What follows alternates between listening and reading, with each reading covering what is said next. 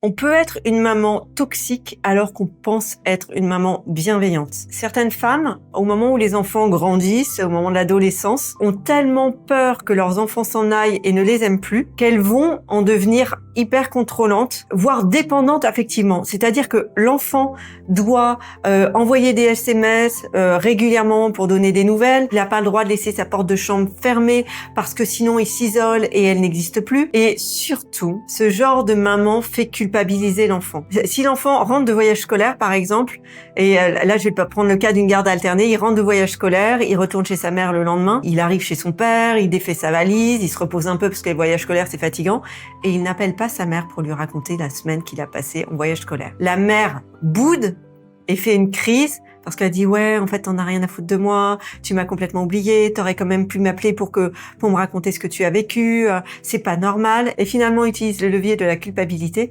pour essayer de garder la main sur ses enfants. Je te garantis que si tu fais partie de ce genre de maman, vraiment, tu risques de perdre tes enfants. N'utilisez jamais le levier de la culpabilité pour que vos enfants vous aiment. Accepte que tes enfants ont leur jardin, leur intimité, et qu'un jour ils vont partir et construire leur vie, et que tu ne seras plus le centre de leur monde. Donc trouve ton épanouissement aussi à côté. Si tout dépend de tes enfants, tu deviens toxique pour eux. Regarde ce qui est autour de tes enfants pourrait toi aussi te nourrir, te faire du bien, t'épanouir, et en plus vous allez avoir des partages constructifs puisque tu vas raconter à tes enfants ce qui est génial dans ta vie, ce que tu construis, tes projets, tes rêves, et là tu deviens inspirante. Par contre, si tu essayes juste de les retenir et que tout ton monde tourne autour d'eux, là c'est dangereux. Et de toute façon, quoi qu'il arrive, même si t'es maladroite, même si tu appuies sur les leviers de la culpabilité et que c'est hyper malsain, tes enfants ils t'aiment.